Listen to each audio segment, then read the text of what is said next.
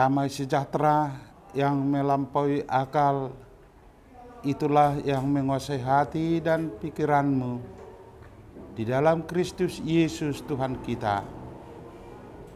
Amin. Saudara yang dikasihi Tuhan, firman Tuhan yang menyapa kita pada pagi hari ini, Sabtu tanggal 20 Mei tahun 2023, diambil dari kitab Mazmur 123 ayat 3 dikatakan,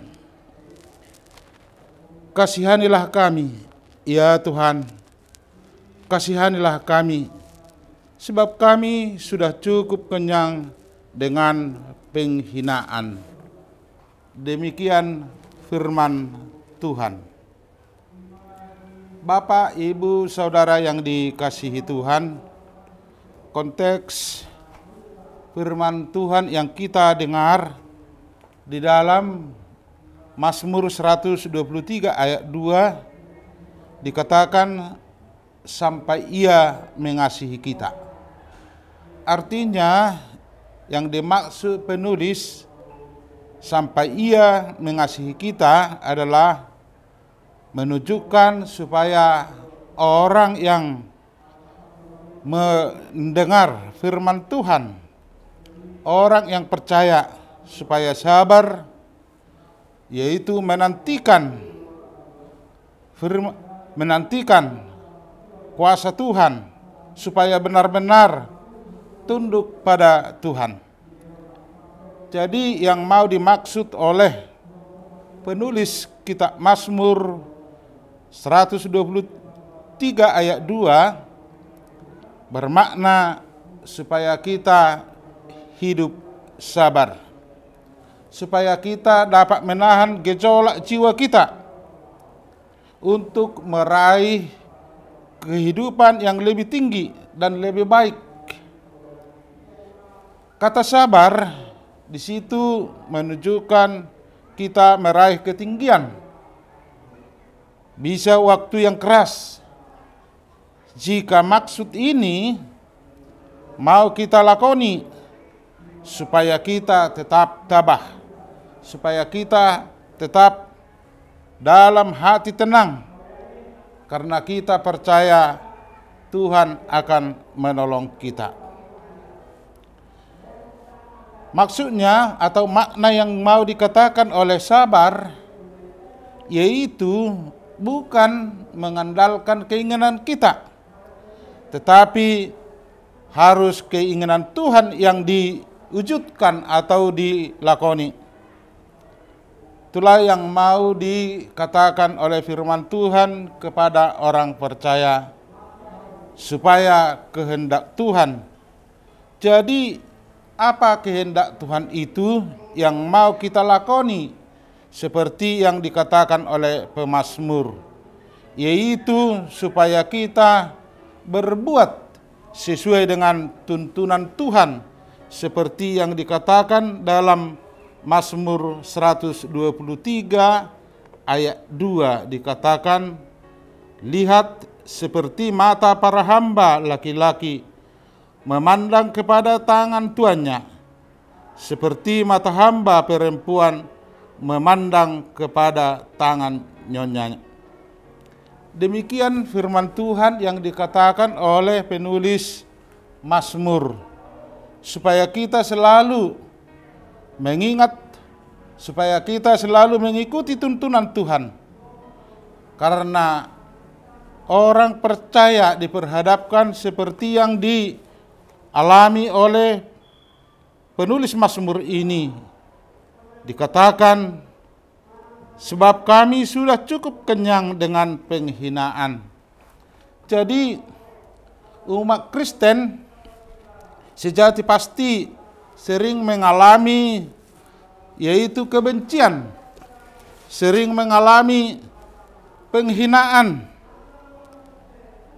bahkan penolakan, bahkan pelecehan dari dunia ini. Ini yang kita lihat dalam pembacaan di dalam ayat 4. Tentang ini kita tidak perlu merasa heran. Kita tidak perlu melihat ini sesuatu hal yang tidak pernah terjadi, tetapi itu sering terjadi di dalam kehidupan orang percaya. Disebabkan karena jati diri kekristenan kita. Jati diri kekristenan kita harus mengutamakan, mengingat apa tuntunan Tuhan. Bukan mengarahkan pikiran kita atau tenaga kita kepada kata-kata yang tidak baik atau pelecehan atau yang dikatakan oleh penulis ini, kata-kata penghinaan yang ditujukan kepada orang percaya. Kita adalah orang-orang yang mendapat belas kasihan Tuhan.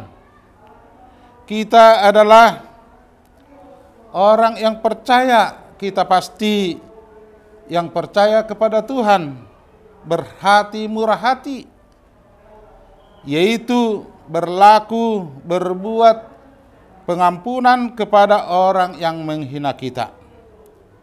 Karena kita adalah yang percaya kepada Yesus Kristus, kita adalah yang dituntun oleh Roh Kudus. Karena kita telah menerima anugerah-Nya, kita adalah anak-anak Allah, juga pelayan-pelayan Tuhan. Di situ kita sebagai memperlihatkan jati diri kita, supaya kita tetap mengarahkan hati dan pikiran kita melihat tuntunan Tuhan, yang walaupun tetap dibenci oleh dunia ini, namun jati diri kita membuat kita harus mengutamakan Tuhan, dan melalui itulah kita harus berdoa dan berseru-seru kepada Tuhan. Disitulah kita harus sabar menantikan belas kasihan Tuhan. Sama seperti pemazmur ini di hadapan Allah, kita harus menyadari bahwa kita orang yang percaya Tuhan Yesus Kristus atau Tuhan kita itu yang kita layani. Bila kita melayani Tuhan, apa yang dikehendaki Tuhan, kita harus berpegang apa yang dituntunkan tangan Tuhan, kemana kita diarahkan tangan Tuhan, itulah yang kita ikuti. Itulah yang kita jaga dalam hati dan pikiran kita, supaya kita jangan terpengaruh oleh orang-orang yang memusuhi orang yang percaya, orang yang mengalami penganiayaan, orang yang mengalami pelecehan dari orang yang tidak percaya. Jadi bila kita dimusuhi oleh dunia ini karena iman kita, kita diingatkan melalui pembacaan firman Tuhan kepada kita di pagi hari ini, supaya kita tetap setia, supaya kita tetap mengingat, yaitu menantikan belas kasih Tuhan. Karena belas kasih Tuhan tidak dapat diukur, tidak dapat kita melihat melalui hanya penglihatan kita, tetapi kita dapat merasakan penyertaan Tuhan, karena Tuhan sendiri maha hadir dalam hati kita, yaitu melalui Roh Kudus-Nya. Roh Kuduslah yang membimbing hati dan pikiran kita, supaya kita kuat menantikan belas kasihan Tuhan. Jadi berangkat dari firman Tuhan yang kita lakukan itulah menjadi penuntun bagi kehidupan kita, supaya kita tetap di jalan Tuhan.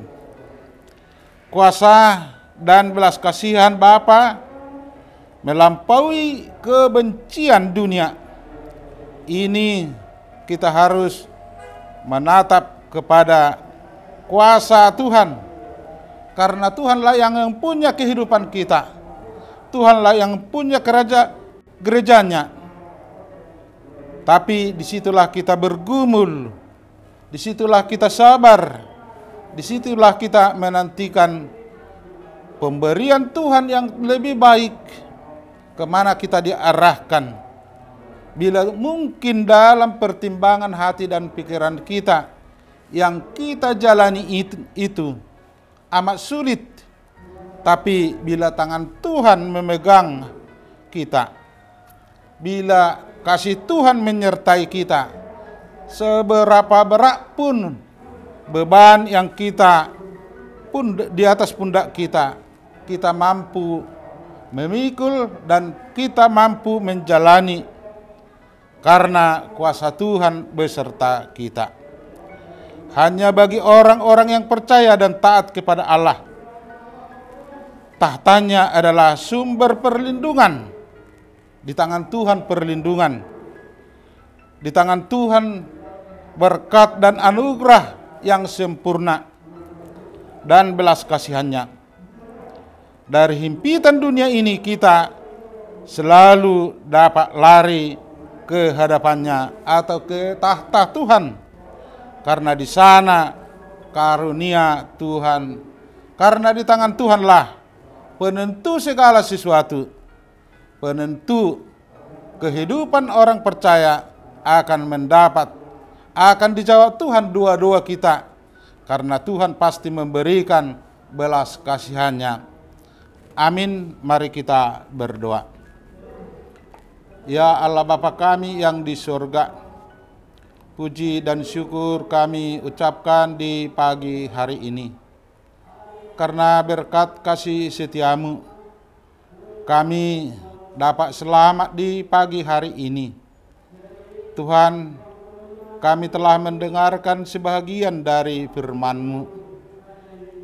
Tuhan, ingatkan di dalam kehidupan kami supaya kami mengimani firman-Mu. Kami akan mengikuti apa yang dituntunkan oleh firman Tuhan. Hanya melalui penuntunan-Mu kami dapat menuju apa yang Allah kehendaki dari buah kehidupan kami.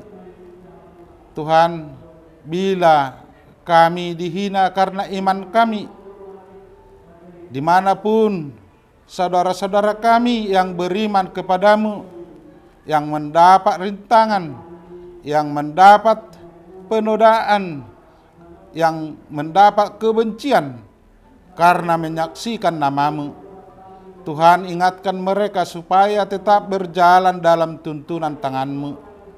Berikan kekuatan kepada mereka supaya tetap berjalan sesuai dengan kehendak-Mu. Tuhan, segala aktivitas kami pada hari ini, Tuhan, berikanlah berkat-Mu, berikanlah kepada kami kehidupan yang menyenangkan karena kami percaya di dalam tangan-Mu. Tuhan, segala dosa yang kami perbuat, hapuskanlah itu. Di dalam Kristus Yesus kami berdoa. Amin.